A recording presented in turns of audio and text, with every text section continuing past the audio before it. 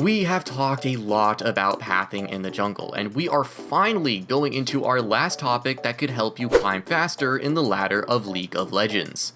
This topic you won't use in all games, but it can be a great addition to helping you dominate more games to carry for a win. But before we get started, I am still offering free coaching VOD reviews for anyone that would like one.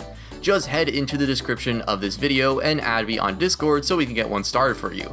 Also, while you're down there, consider leaving a like and subscribing. It is completely free and you can always unsubscribe at any point in time. For the most part, we have talked about our jungle, how to farm it efficiently, how to counter invades, how to punish an enemy, and how to create gank opportunities for ourselves.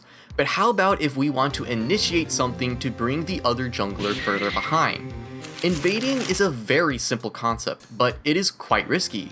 We are going to mostly talk about early game invading. This would be around the level 1 through 6 mark in the game. Invading is the tactic where you go into the enemy jungle and 5 possibilities may happen. You can get all the camps on that side and get a kill, a perfect invade. You can get all the camps on that side of the jungle but get no kills, an okay invade. Kill the other jungler but get no camps or some camps, also an okay invade. Get no camps and no kills, a nothing invade. And lastly, you die and get nothing, the worst possible outcome invade. You can see how in all these possibilities, 1, you really want to happen, 2, you are okay with happening, and the other 2, you are not okay with happening. It lands around 60% of actually getting something good to happen, but we can increase those chances and also understand some basic concepts to know when our chances are lower. First, how do we avoid dying in an invade? One is obviously matchups. We need to understand how powerful our character is compared to the enemy. This comes down to playing the game a bunch, but we already talked about some of those matchups before, like how an early game jungler is more likely to win an invade, and a farming jungler should basically never go for one. Another concept we should look into when invading is understanding how healthy your clear is compared to the enemy jungler. Every jungler usually can clear with no problem. They most likely will never die when doing a clear. But some junglers have less healthier clears that make them have lower HP while they are doing them. Try to understand how much HP you will have when doing a clear, and guesstimate how much the enemy will have as well. There is also a really easy and neat trick you should do in every game to make your clear healthier. Make sure you are kiting your camps. Well, what is kiting in the first place? Kiting is mostly a skill learned by ADCs to keep pumping consistent damage but also allow them to keep a distance. This is possible because of attack speed. Every champion, minion, and monster has an attack speed stat that is faster when higher and slower when lower. When we attack someone, we have a bunch of dead time in between our attacks, which gives us an opportunity to move while we wait for our attack to refresh.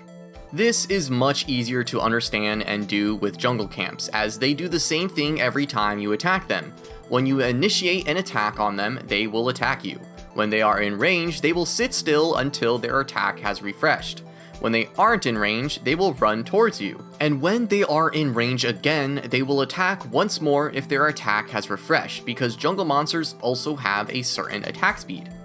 If we perfectly use kiting to our advantage, we can have a much healthier clear, which can help us be healthier in invades if the enemy wasn't doing the same. One more thing that I would like you to keep in mind while going for a later invasion around the early/mid game, which is around level 4 through 11. See if the enemy jungler is able to get support from their laners. An easy way to know if this is possible is to take a quick look into the lane to see what the HP the enemy laner is and what kind of wave state is happening.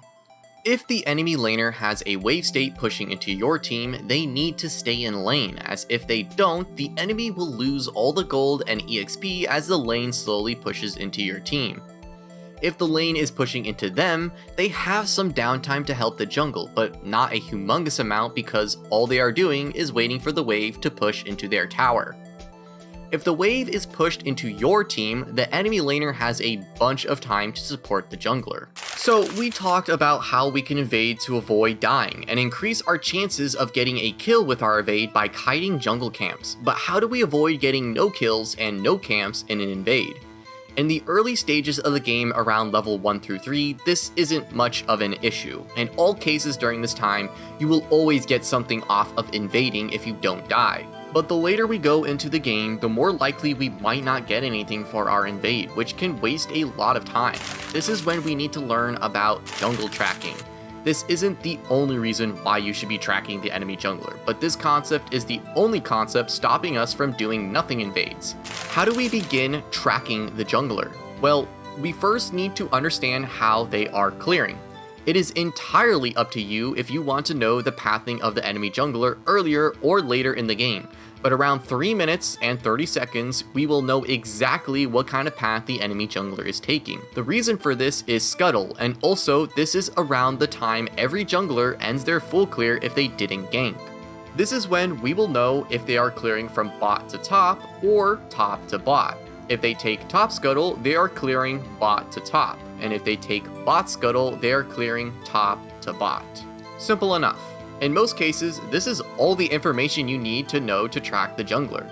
When you are clearing your weak side, they are clearing theirs, and the same thing with strong side. If you are clearing strong side, they are clearing theirs. No need to complicate it and think about what camp they are on. Just a simple overall what side they are on is already incredibly useful. This immediately lets us know if we can invade on a certain side now, as we know where they should be when they clear. So now we know everything we need to know about invading. What outcomes are possible in an invade, what overall percentage of success can we have, ways to increase our success by kiting our camps and tracking the enemy jungler, and lastly, how other concepts decrease our chances of having a successful invade. If you watched all the parts of the jungle pathing iceberg, you are now a master at jungle pathing. In theory. Use all these concepts to the best of your capabilities, and I can guarantee you dominating a game will become much easier. Some of these concepts aren't used at all times, and it is up to you on when you want to use them. We explained a bunch of reasons why those concepts might be good or bad depending on the game state and what increases our chances of becoming successful. I hope you learned something good from this series, and if you did, please consider commenting, leaving a like, and subscribing. Good luck in the jungle, and thanks for watching.